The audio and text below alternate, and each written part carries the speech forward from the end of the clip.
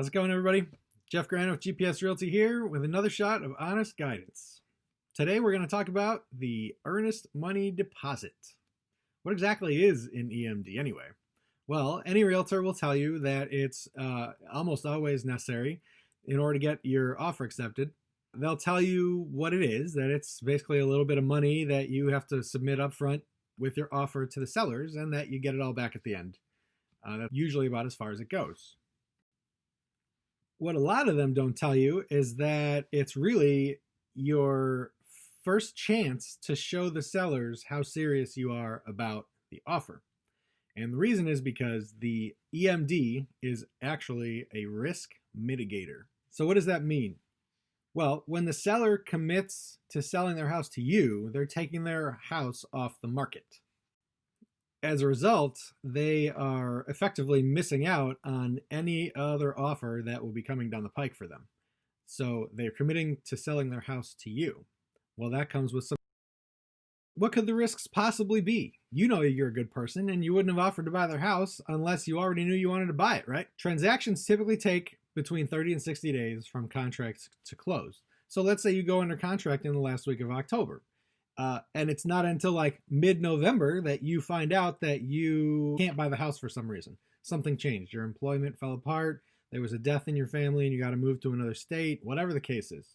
Well, without a deposit in place, there's no safety for the sellers if you decide to go, I found another place I like better.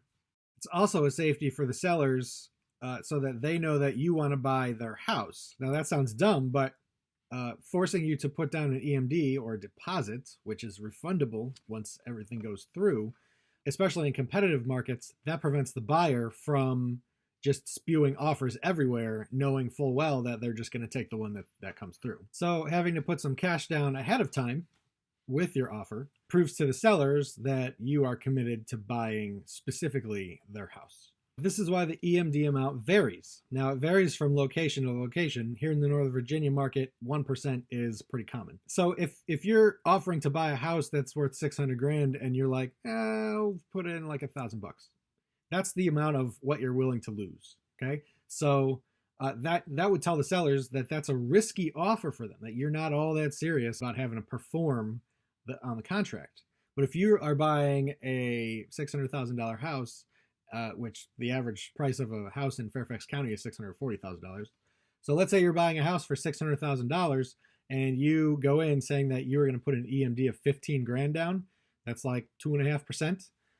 That shows the sellers that you are absolutely dead serious about buying their house.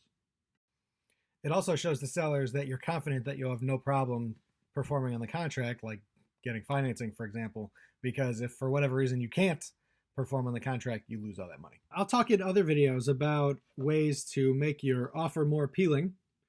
This only applies to a seller's market, by the way. It's very much a seller's market right now, which means that the sellers control the power. There is very high demand from buyers and very low supply, as I've talked about before. So there's a lot of buyers for very few houses, which means the sellers can command who it is that they want to accept. So just be aware of that. Once the tables turn, if there's ever more supply than there is demand, the whole game changes. But for now, that's the way it works. If you have questions at all, please feel free to reach out across any of my social media channels. My cell phone number is all on the internet out there. Once again, Jeff Grano, GPS Realty. Take care and have a great week.